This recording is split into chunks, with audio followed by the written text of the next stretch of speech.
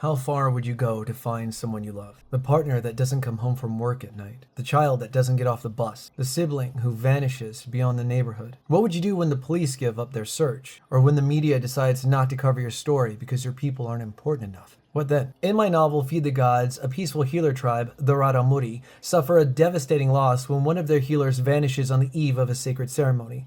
When the younger brother of the vanished discovers she's missing, he stops everything in his life to go find her. Upon his search, he discovers an army of Spanish conquistadors carrying an iron cage full of captives headed towards his territories. Feed the Gods is a 16th century historical fiction, an exploration of conquest and resilience. But the main character's plight is a real-life nightmare for millions of indigenous populations across the Americas. 500 years later, the Raramuri are still contending with outside invaders. The conquistadors are gone, replaced by drug cartels that force this peaceful tribe to harvest crops for illegal drugs and trafficking. Yet the largest consumer of these drugs are just north of the border. American colonizers are the #1 consumers of illegal drug practices in northern Mexico. The weapons that are being used to threaten the Raramuri are also supplied by the American colonizer. This narcotic industrial complex allows the American colonizer government to create racist laws that threaten, terrorize, and genocide indigenous populations within their boundaries. The most openly hostile of these American forces is the United States Immigration and Customs Enforcement Agency,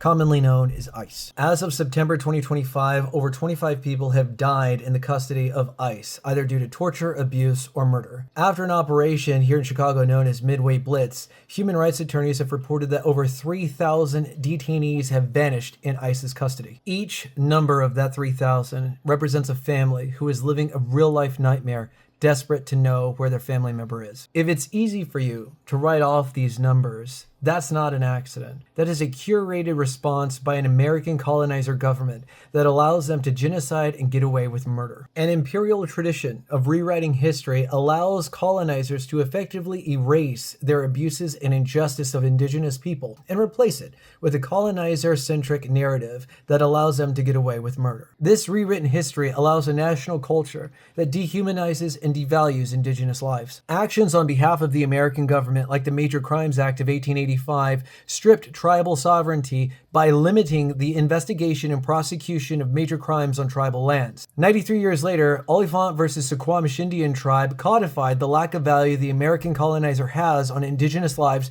by making it illegal to prosecute non-Indian suspects of crimes on Indian tribal lands. For the missing indigenous tribes, for those who have suffered at the hands of colonizer greed, for the modern struggle of human rights, for the future of indigenous tribes everywhere, we cannot quit until all of us come home.